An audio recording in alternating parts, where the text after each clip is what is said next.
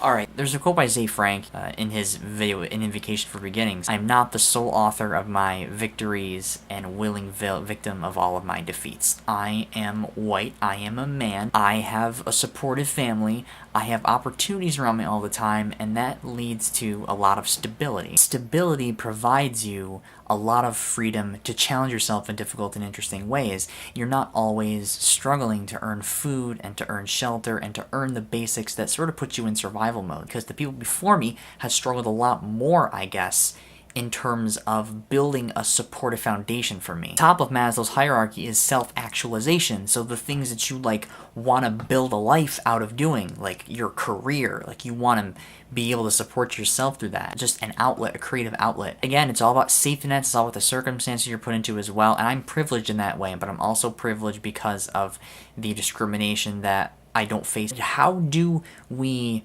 use privilege well? You don't want to walk in and say, you should listen to me, I can fix everything because I'm privileged. And no, I'm not better than anybody else. How do I take the privilege that I have and use that efficiently to help others? Intersectionality can really open your eyes to the different struggles that people face based off of race and gender and sexuality. So you're recognizing that life is complex and that there are internal biases we all have, and we all don't always understand and recognize the water that we swim in and the perspectives that we have. The more we can embrace the complexity of it and admit that it's complex, the more we can actually work to understand how it affects the culture we're in and people's actions and decisions. Change doesn't happen immediately.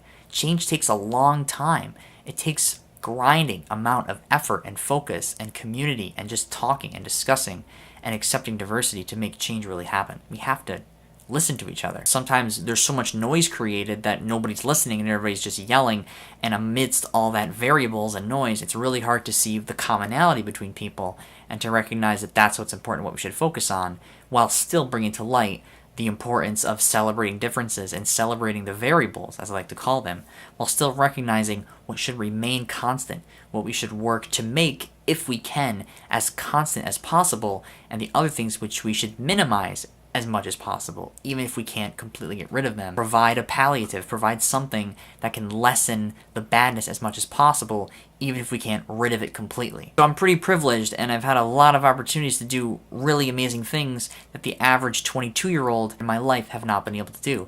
And that's just because of the lottery ticket I got handed in life and things out of my control. That's the circumstances I'm in. That's what I got handed. And I've made it my best effort to take that privilege that wasn't in my control that I've been given and morph it and transmute it into something that can challenge me to make a difference, and use that time and energy to do interesting things for other people that aren't in those circumstances. I mean, a good analogy would be, because I'm not in survival mode, I have all this time and all this energy and all these resources, like a tree that's got a lot of soil and water and rich nutrients, and I have a lot of that, and I'm only one person. But what I can do is I can shoot that stuff to places, or I can point people out doing interesting things. I can hand resources to people. I make a positive difference. It's just to what degree and where can I do that? I think that's the same idea as well as somebody who runs a YouTube community and is like, look at all these amazing people that have free time and all this stuff and resources. What amazing things can we do?